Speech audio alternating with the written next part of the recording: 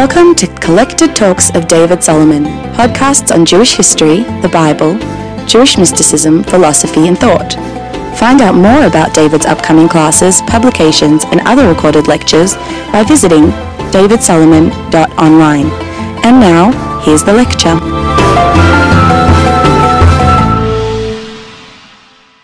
This episode was recorded in 2009 in Tel Aviv. It is a lightning-fast overview of the historical narrative of Tanach and is also a partial adaptation of David's well-known lecture, The Whole of the Bible in 1 Hour. If you are interested in watching a video of the Bible in 1 hour, please refer to the episode webpage where you'll find a link to a recording from 2014 of The Whole of the Bible in 1 hour. For more information, visit davidsolomon.online. I want you to imagine that the four walls of this room, and when I say four walls, I don't want anyone going clever and not any four walls, right? Let's imagine the wall comes across here, right? So it's four walls. That's Jewish history. Follow? I want you to imagine I'm standing here, and that's where we are now. We are now in approximately the year 2000. It's 2009, but let's call that 2000. And let's say that each wall represents 1,000 years. Follow? That's 2000, where we are now. What's that? There we go. 1,000. What's that going to be? Zero. There was, of course, no year zero. People didn't wake up and say, hey, it's the year zero. It's a theoretical construct, but let's put it over there, all right? What's this going to be?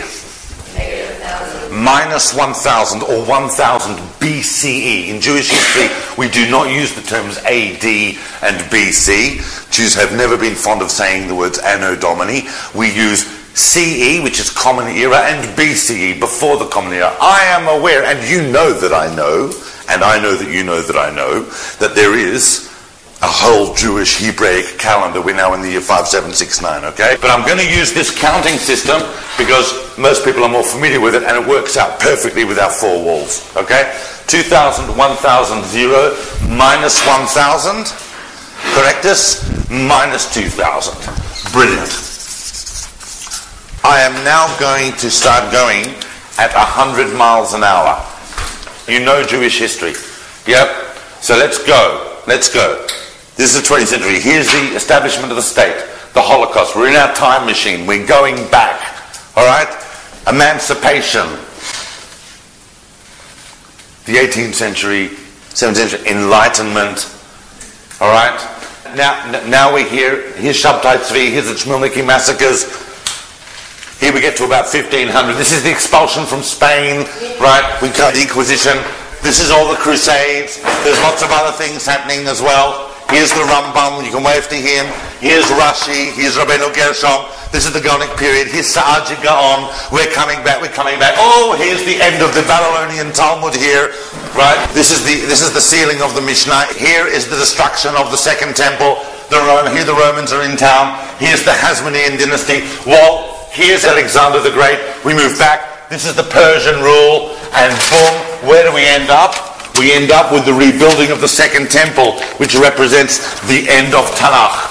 So we've gone back in our time machine with the end of the Bible. Now, I want to go to the beginning of Tanach. I want to start with the first Jewish person because most of you are familiar with the Torah narrative. You are mostly familiar with the Torah narrative. Is that correct? You know that Tanach stands for Tanach. The Torah part, which is the 5 books of Moshe, we are pretty familiar with it, so I'm going to do it fairly quickly. But I want to start with the first Jewish person. The first Jewish person is Avraham. Why? Because Avraham comes to a very special realization about his relationship with the Creator of the universe. He understands that it's possible, individually and collectively, to have a relationship with the Creator of the universe. That's what makes Abraham so special. He does that through his own rationalogical processes. That's phenomenal, and it means that all of his descendants have that responsibility to take on themselves their own spiritual journey. Abraham is here. Now what I'm going to do is I'm going to draw a timeline Let's imagine that's the corner. So I'm going to do a timeline that we're going to call 1,000 years. That means I'm going to divide this up. That's going to be minus 1,500, 1,600, 1,700, 1,800, 1,900. This is minus 1,800. This is minus 1,900. I am aware, of course, that there are things happening in the Bible before we get to Avraham. But Avraham is here. That, of course, the story of Avraham is contained in the very first book of the Bible, which is the book of Bereshit. There are many things that happen in the book of Bereshit before we get to Avraham. All right? Of course, we have the creation of the world. If you believe that the 6 days of creation talked about in Sefer Bereshit actually represent eons of billions of years, and that life evolved from microorganisms right up to walking, sophisticated, talking human beings that have a relationship with God, and that the earth itself formed out of stellar mass over billions of years, and the galaxy itself formed over billions and billions of years from Big Bang, etc., etc. If you want to believe that, you are perfectly entitled to believe that.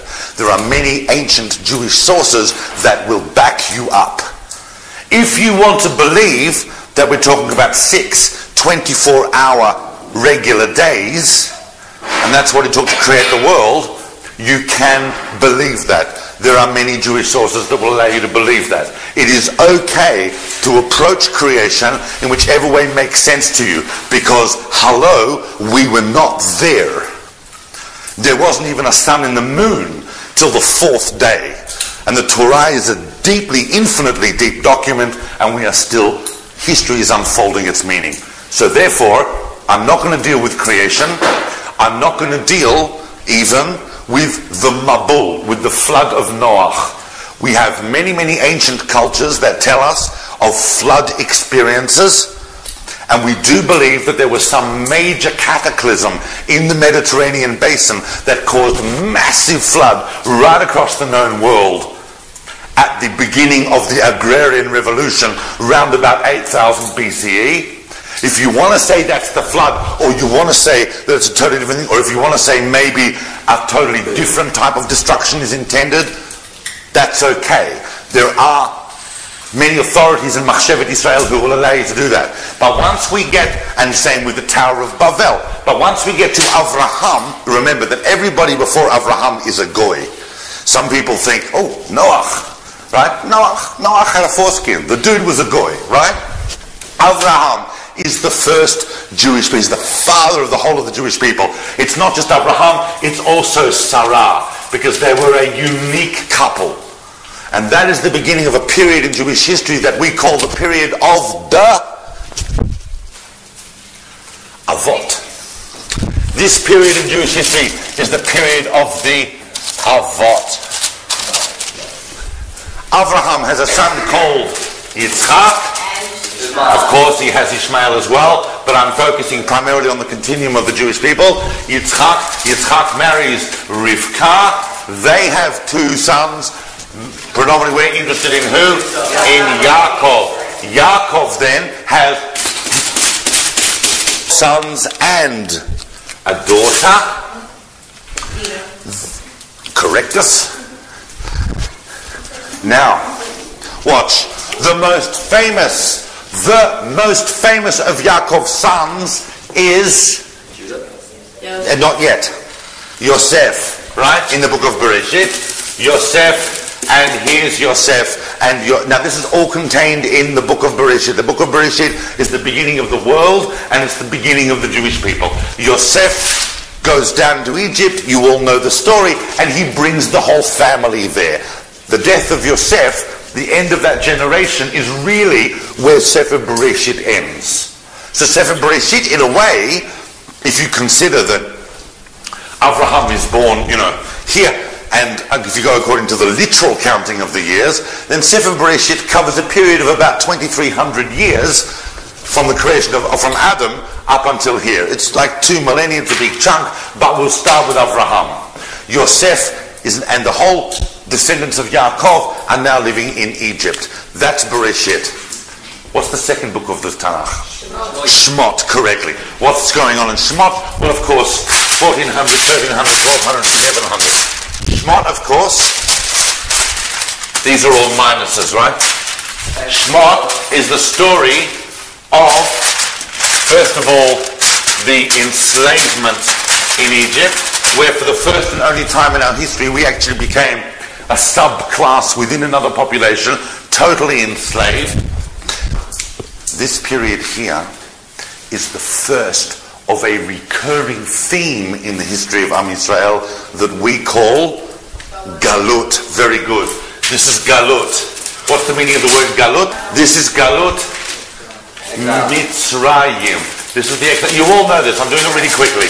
Okay, so here we are enslaved, and then round about here we are brought out of Egypt by God. God brought us out directly under the administrative leadership of Moshe. So Moshe is here. There's the splitting of the Red Sea, and Moshe brings the whole of Am Yisrael, because we're now no longer a collection of, a family. We're now a nation. We're now an Am. So we are Am Yisrael. Why Am Yisrael? Because Yaakov's alternative name is Yisrael. So his children are the Bnei Yisrael. Each of these sons has now become a whole tribe. We're like several million people strong, and we stand here on Har Sinai, on Mount Sinai.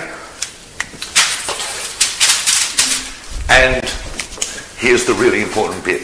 If you do not understand what I'm about to tell you now, your chances of understanding anything about Tanakh or the whole of Jewish history are almost futile. This is a seriously important point I'm about to make now.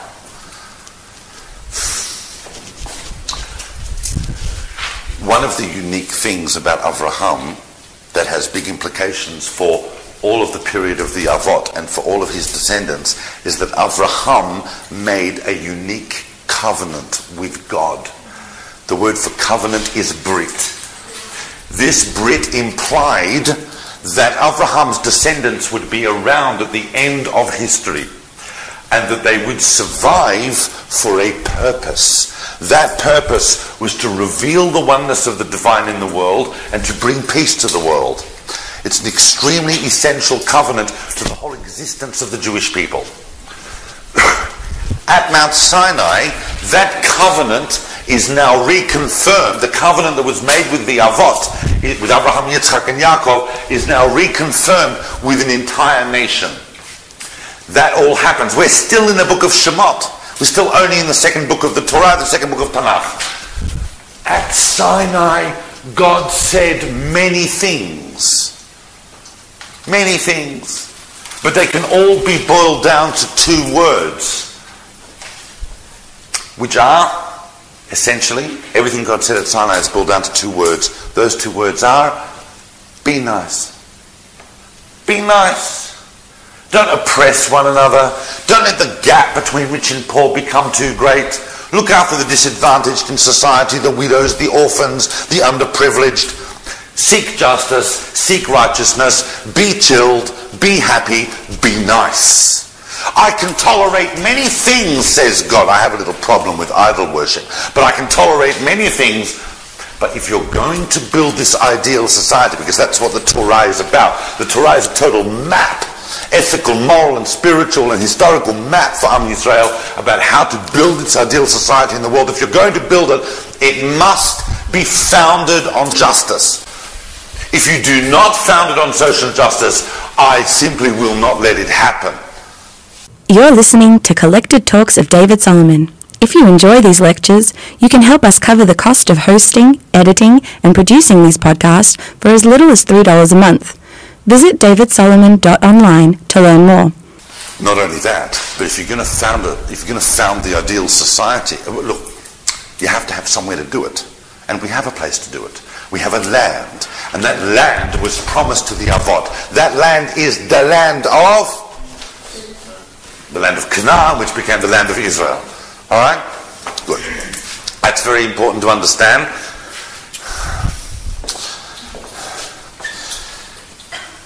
God never told the Jewish people to be religious.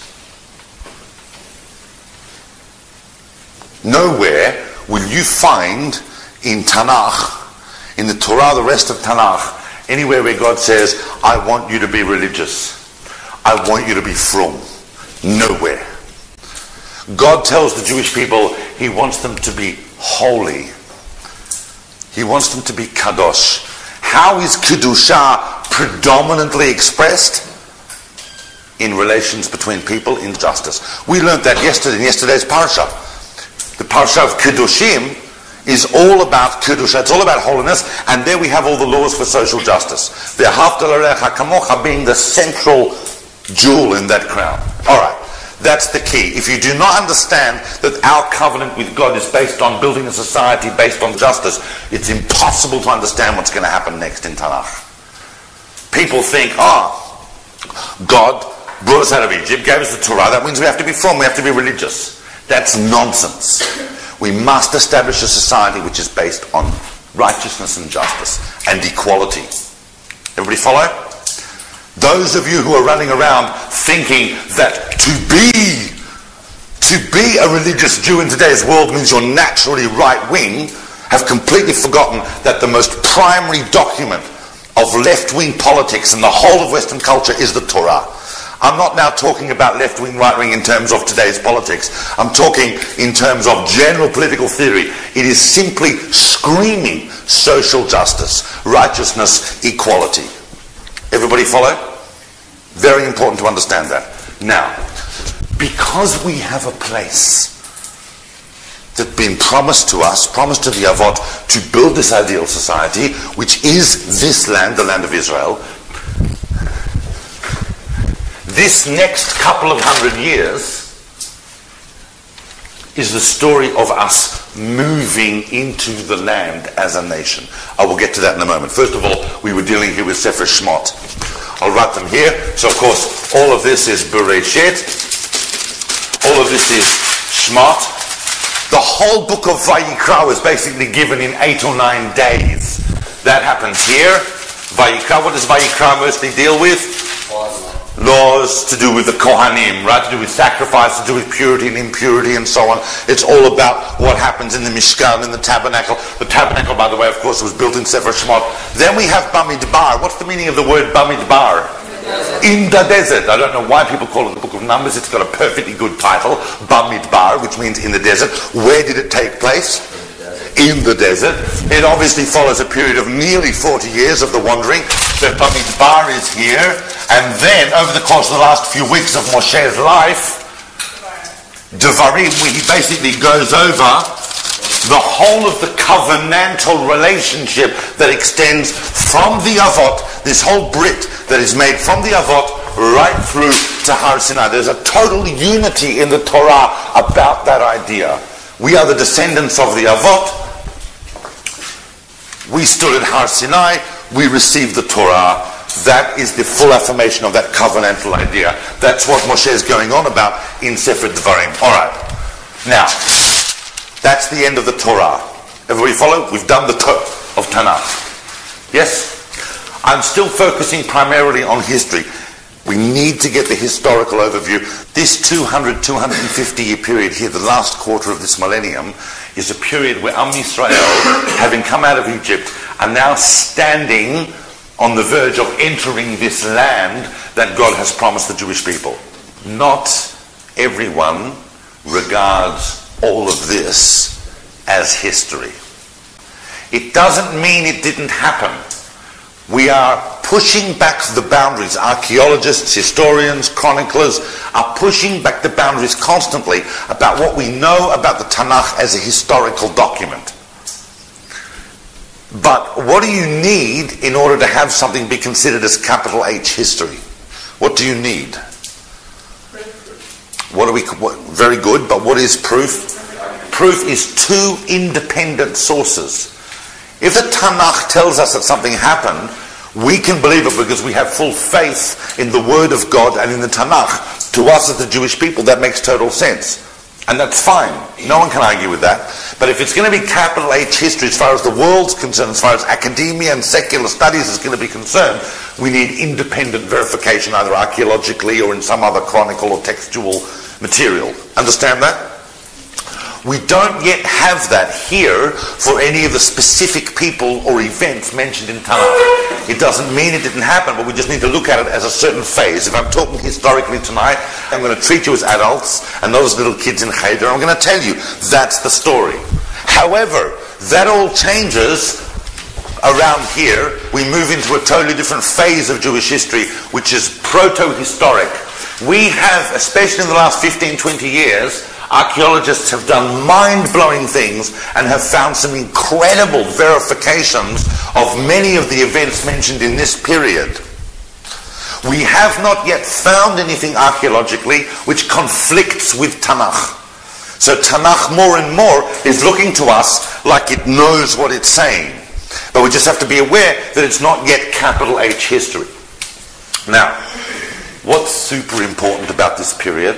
What did I say was happening in this period? What are we doing? We're gradually, here's the land of Israel. That's the land of Israel. We have come up from Egypt.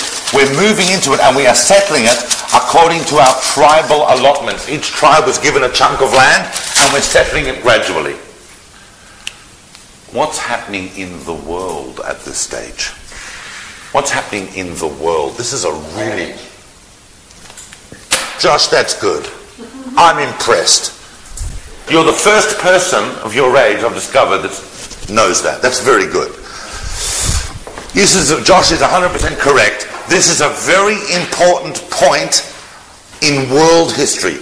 It is the transition from the end of the Bronze Age to the beginning of the Iron Age. What does that mean? That means, and that was happening right here, it means that the Hittites, who were one of the local population tribes, had worked out that if you smelt an oven, if you raise an oven to 800 degrees Celsius, which does require a different leap in technology, you can smelt iron. That meant the end of the late Bronze Age and the beginning of the Iron Age. What happens if I come at you and you've got an iron sword and I've got a bronze sword? What's the story there? I'm your breakfast. Okay? There's just no competition. You will literally mince me. There is a technological shift going on and we are at the disadvantage because all the nations here, many of them, the Philistines, the Hittites and so on, have iron and we don't. It's important to understand that in the background of what's going on in this part of Tanakh. Now, what books are covering this part of Tanakh? First of all, at the end of the Torah, when Moshe dies, who comes along? Yehoshua. So Yehoshua is here. Yehoshua is here. And of course, Chazak ve'ematz is the beginning of Yehoshua. Moshe tells Yehoshua, be strong and of good courage, go take the land. And Yehoshua is really, the Sefer Yehoshua is really a series of military conquests and battles that show that God is totally with Am Yisrael. So long as they do the right thing, they are unstoppable. What is the first major town that they conquer? Yericho. Yericho means the moon city. Obviously from the word Yareach.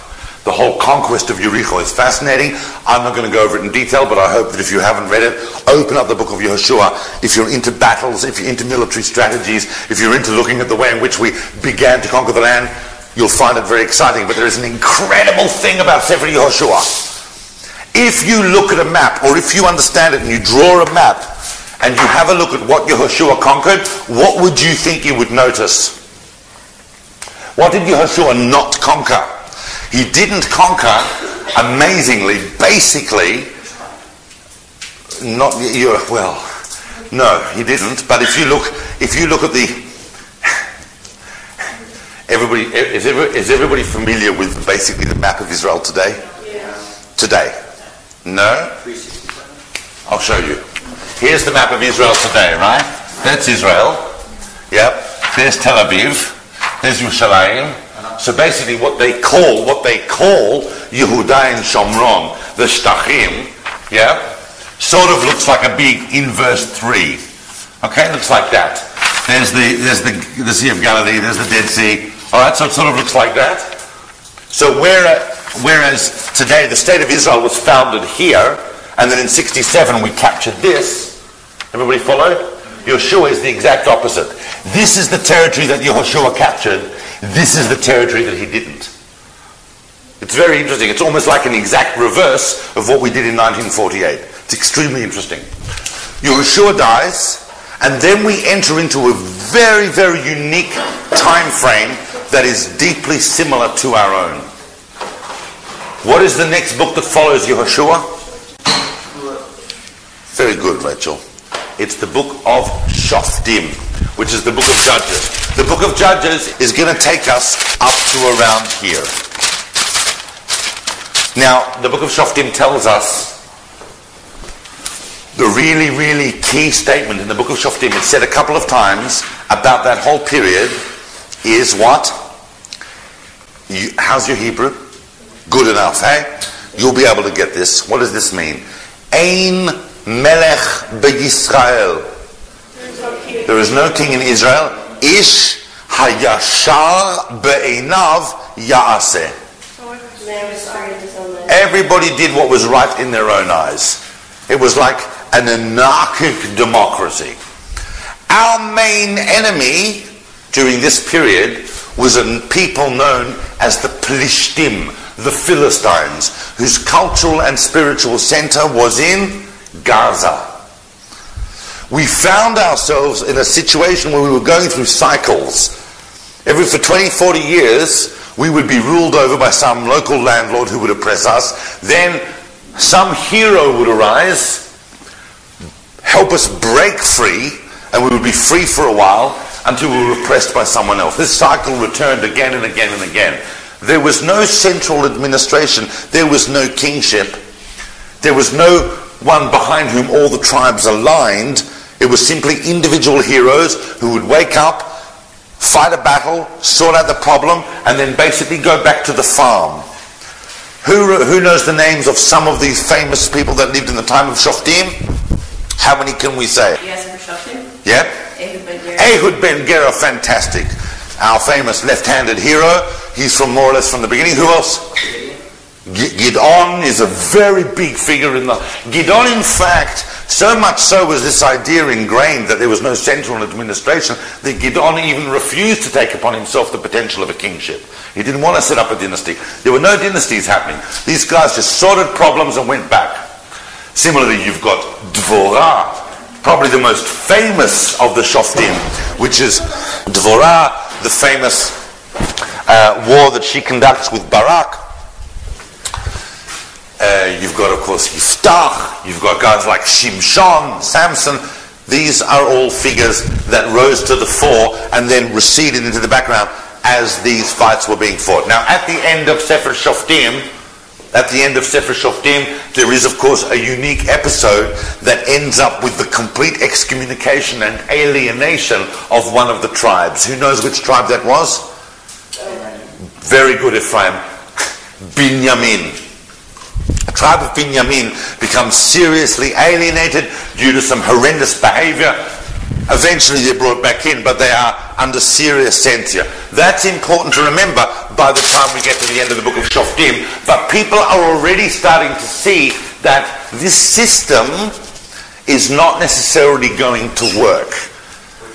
The system of no central administration, because we are under threat from all sides. We don't have anyone who can coordinate the defenses of our nation. By the end of this period, we're already more or less settled in the high country and the low country, but we have no centralized army, we have no centralized leadership. It's all every tribe for himself, and if you could ally yourself with some of the other tribes and get them to help you if you have a problem, then that was great. But there was no guarantee that all the other tribes would come to your aid, and every couple of years some other population or warlord would try and make an incursion here. We had basically settled the land, but the situation was not secure. By the way, where, by the time we get to the end of this period, was the spiritual capital. Now, what do I mean by the spiritual capital? Excellent, Shira. It was the spiritual capital. Moshe had built a Mishkan, correct? a tabernacle. That Mishkan was taken with the Jewish people in their wandering through the desert. They brought it into the land of Israel. It was at various places. Where is it by now? Shiloh. By the way, what's at Shiloh now? If you look on the hill where they think the Mishkan was, what's there? The temple. Nothing. Nothing. All right. We're here. What are we about to start now? We're about to start a whole adventure.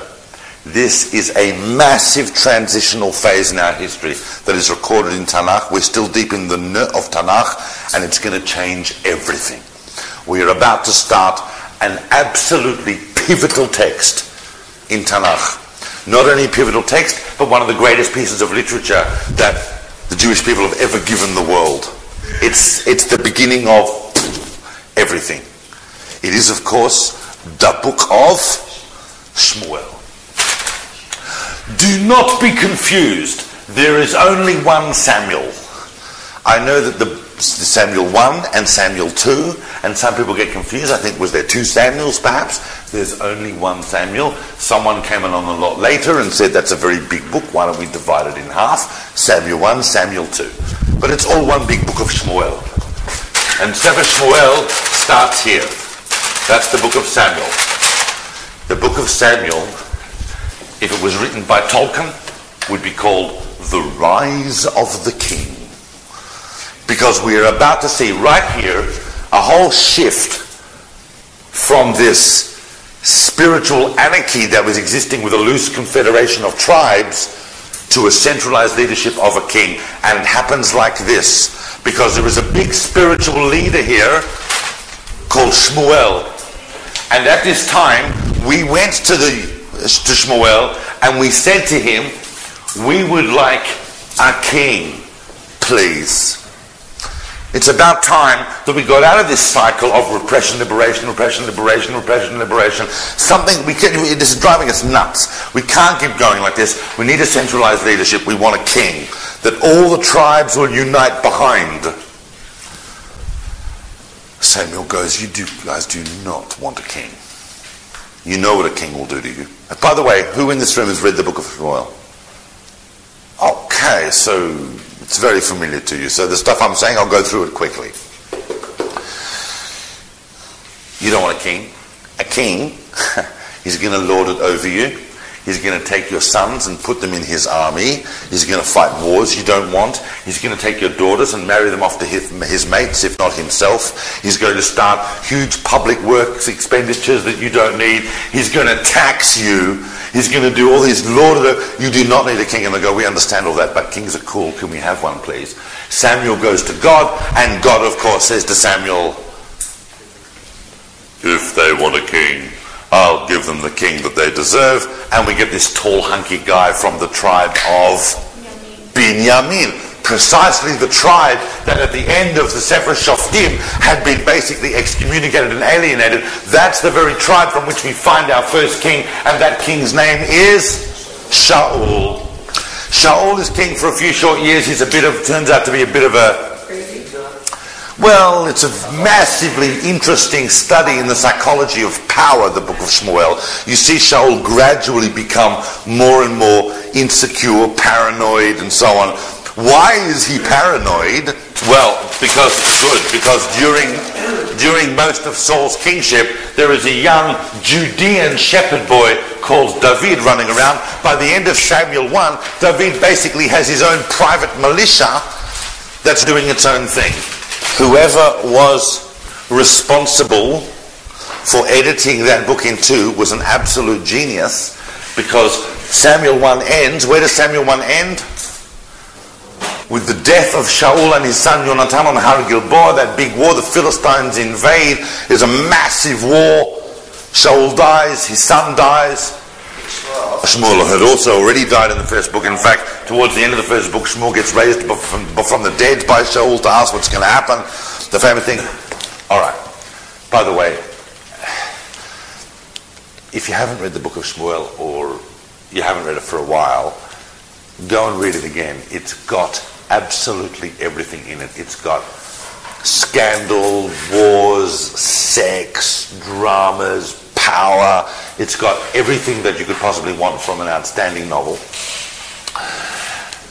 Samuel 2 is all about the rise and rise and rise of David. Now, it's very important to understand.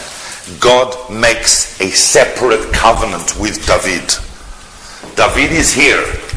Here is King David. This covenant implies that a descendant of King David will always sit on the throne of Yehudah. David unites all the tribes behind him. It's not just the tribe of Yehudah from where he's from, but all the tribes unite behind David, and we now have a totally unified kingdom.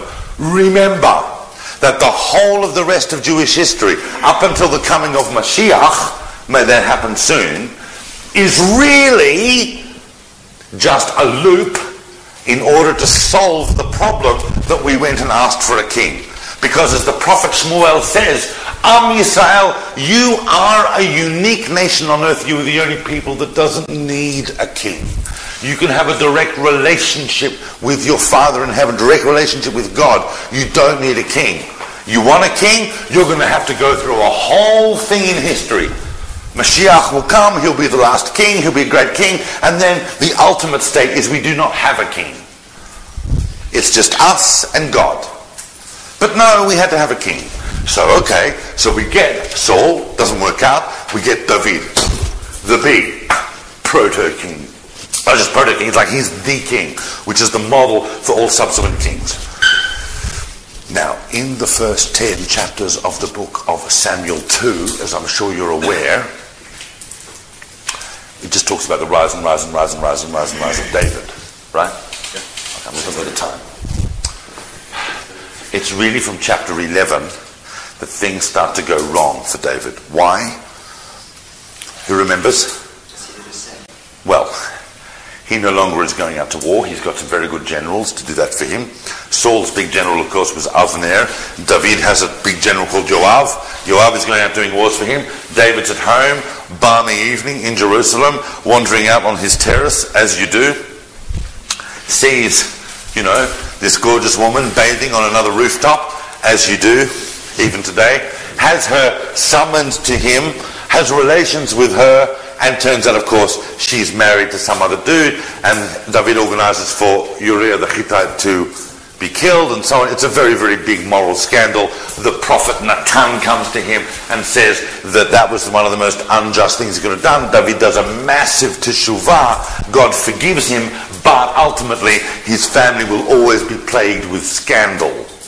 Therefore, the rest of the whole of the Book of Shmoel 2 is really mostly about the tremendous scandals that happen in David's family, and he doesn't really, and including, the rebellion of several of his sons and so on at different times, he doesn't have an easy time of it. Eventually, however, he is the greatest king we've ever had. Eventually, David HaMelech dies, and he is succeeded by his son, Shlomo.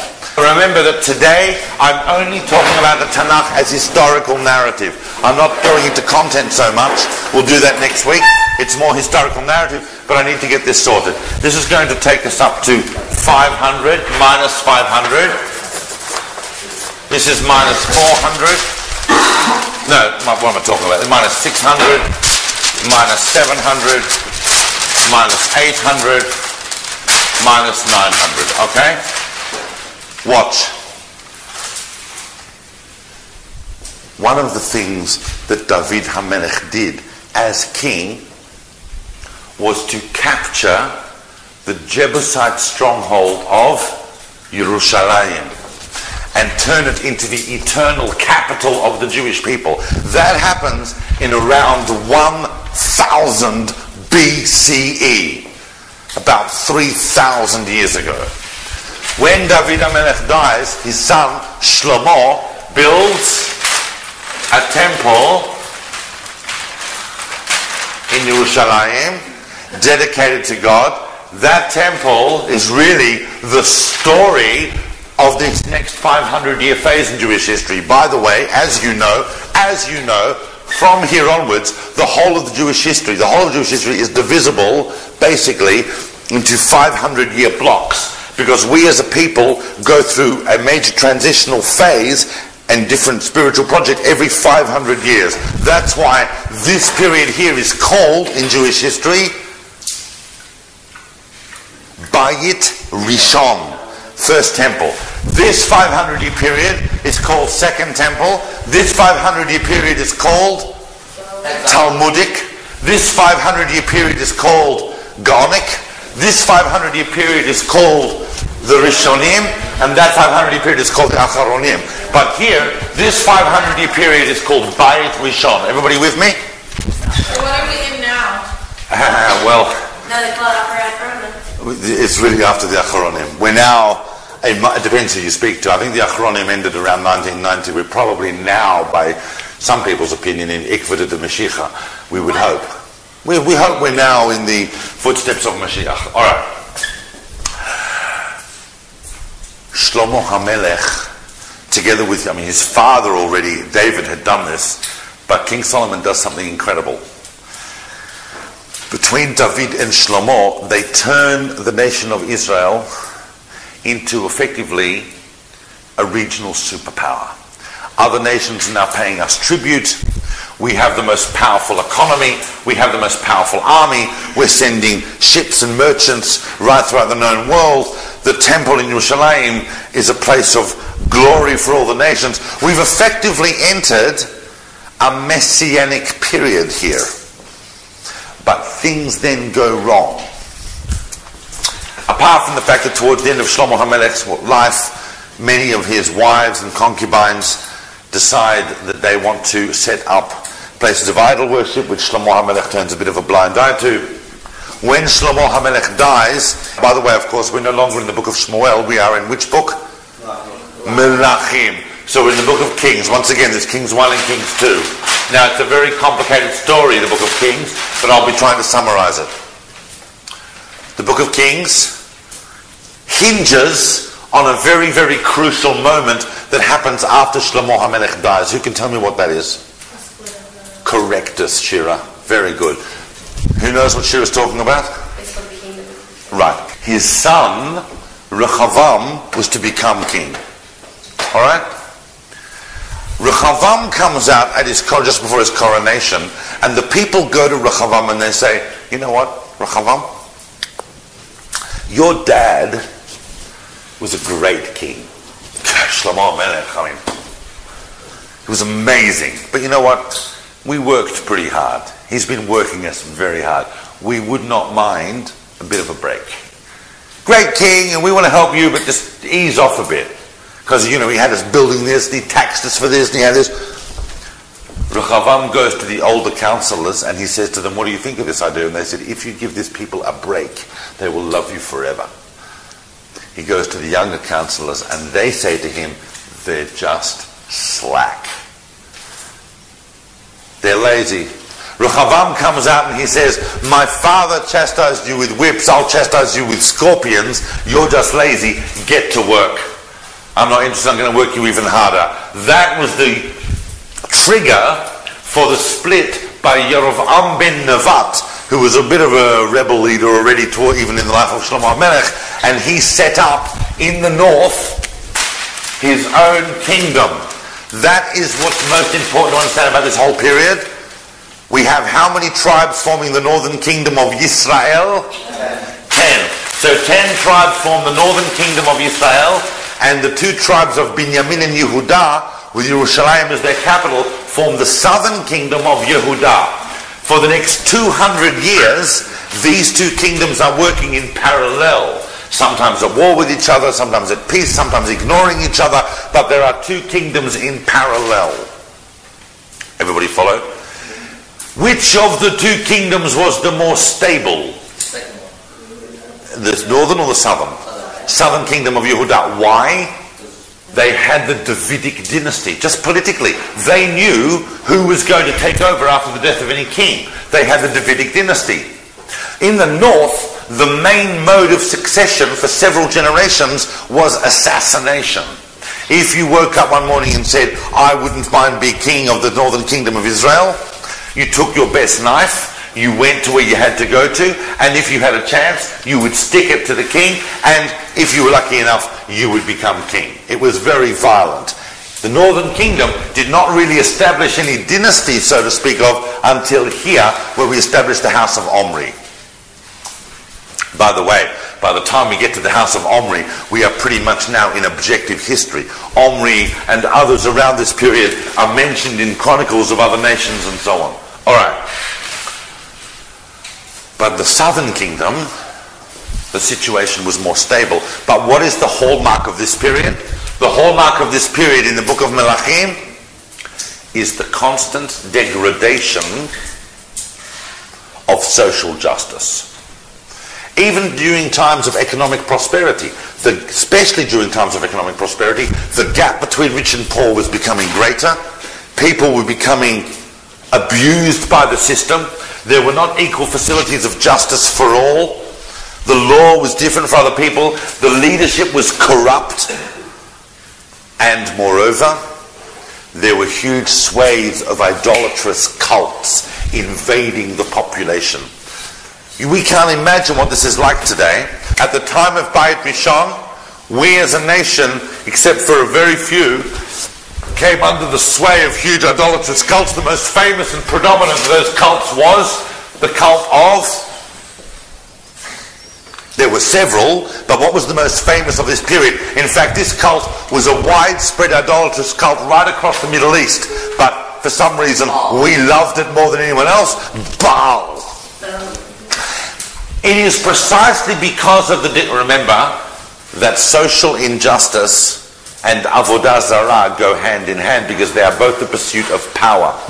At around this time, we start to see the rise of a serious new institution in Am Yisrael, the concept of the Navi, the prophets, who were screaming the words of God and screaming about social justice to kings and all people. The greatest of the Nevi'im of this whole period, who does not have his own book, but is without a doubt, he's running around in Sefer Melachim, he's the greatest of the prophets of this age, is of course Eliyahu Hanavi. Eliyahu Hanavi is here, and Eliyahu Hanavi is fighting kings like Achav and his wife Izebel, who are corruptly misappropriating land.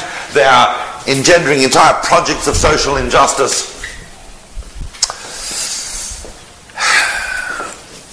The Kings 1 basically ends halfway during the career of Eliyahu Hanavi. I have to move on quickly because we're going to run out of time.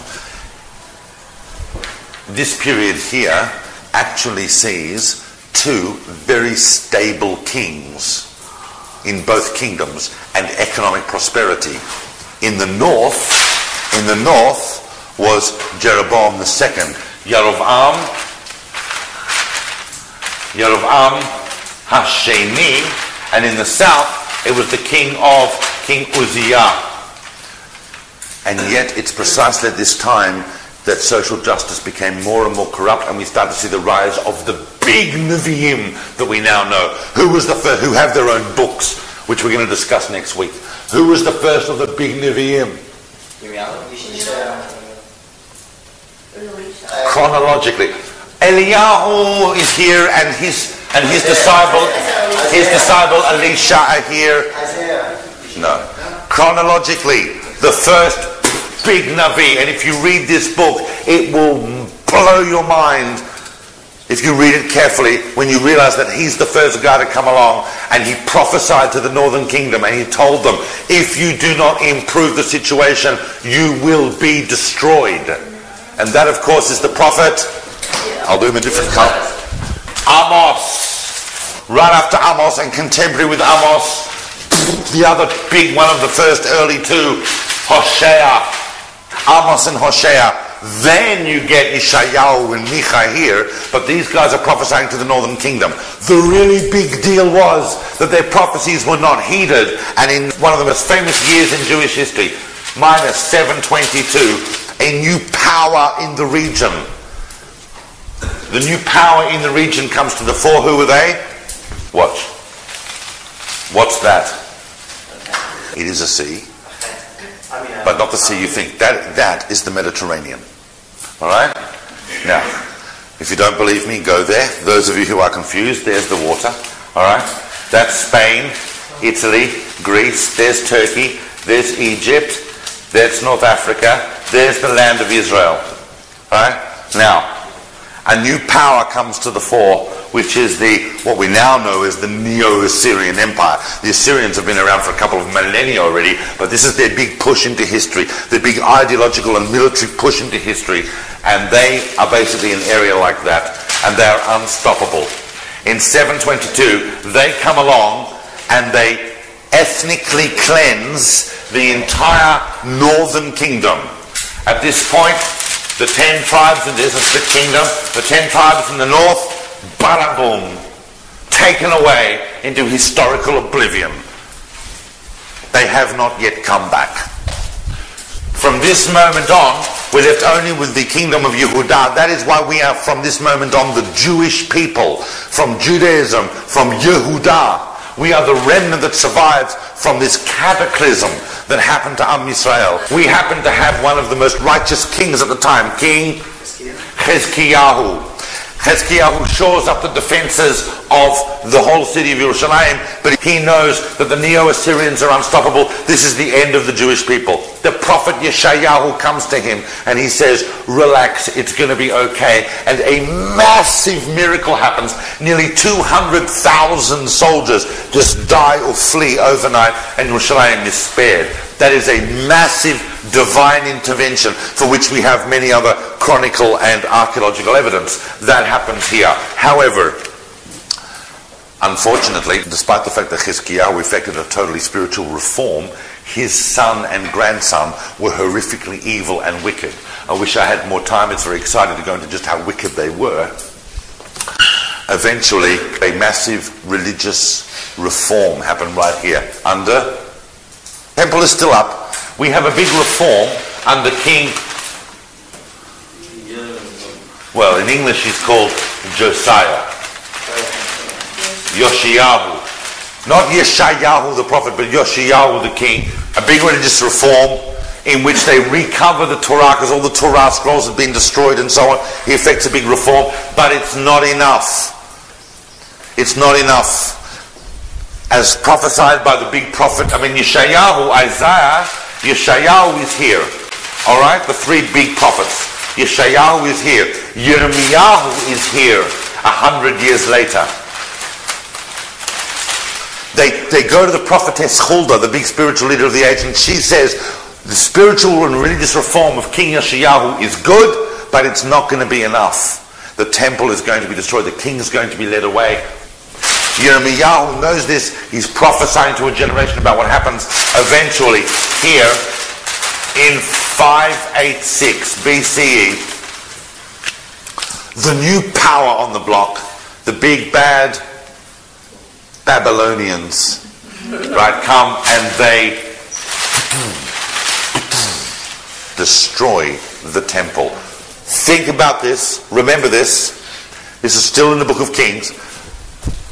During this entire period of Beit Rishon, there was a consciousness that however bad things got, there could be exiles, there could be famines, there could be wars, there could be all sorts of nastiness, but however bad things got, the temple in Yerushalayim, built by Shlomo HaMelech and dedicated to God, could never be destroyed.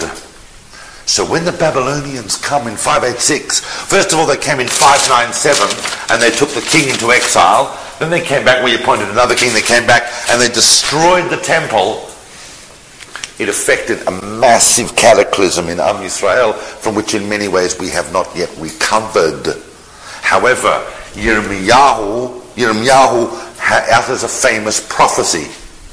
That prophecy says that this next exile, remember we had a Galut there, Galut Mitzrayim, here's our next Galut.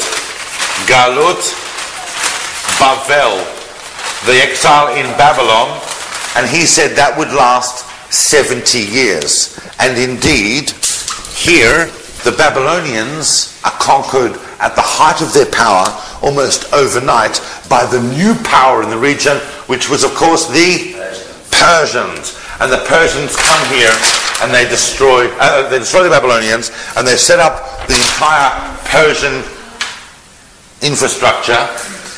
And they, and the big Persian leader, who was the big Persian? Cyrus. Koresh. And Koresh says, So something new in the world. He says, I'm going to let the Jewish people return to Jerusalem and rebuild the temple. By the way, in this Galut Bavel, first of all, we have the big prophet Yechezkel, who is sitting here, as well as Daniel and others. But Cyrus says, not only am I going to let the Jews return to Jerusalem to rebuild the temple, I'm going to pay for it.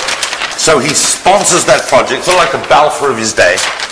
And here we come back and we rebuild the temple. The Book of Kings, by the way, Sefer Melachim Bet, doesn't go that far.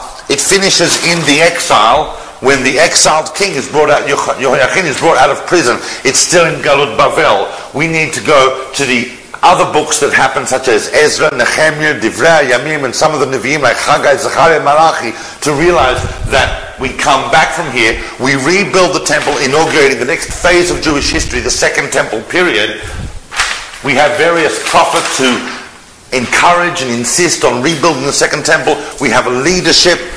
We come back. Not everyone made Aliyah back from Bavel, but we came back. We rebuild the temple, and we kick off this next cycle. We then have two very, very important figures who arrive from the Persian Empire to re-establish the whole community of Israel and establish the work of the Second Temple and unite the people again. And that, of course, is Ezra and Nehemiah. Nehemiah rebuilds the walls of Yerushalayim and sets up the temple how it's meant to be and gets the people sorted out economically. Ezra reads the Torah, establishes the people using the Torah and the covenant with Hashem as the proper basis for that society. Does everybody follow? Well, here's what I've tried to do. Look at this. I need you to get this historical overview. I need you to understand it from a framework perspective, first of all. Here's Avraham. Here's the Avot. That's Egypt. This is Har Sinai. This is moving into the land of Israel. This is Shmuel. Here we get the first big king, David. His son Shlomo builds the Bet HaMikdash. The split kingdom, the degradation of social justice, and the rise of the Nevi'im, the fights with Baal and the idolatrous cults. Here is the vanquishment, destruction of the northern kingdom. Now we're left with Yehuda, Yerushalayim as its capital, and the temple still standing. That goes for another more than just over 100 years. Along come the Babylonians. They destroy the temple. We go into Galut Bavel. We come out. We come back. Here's the decree of Cyrus.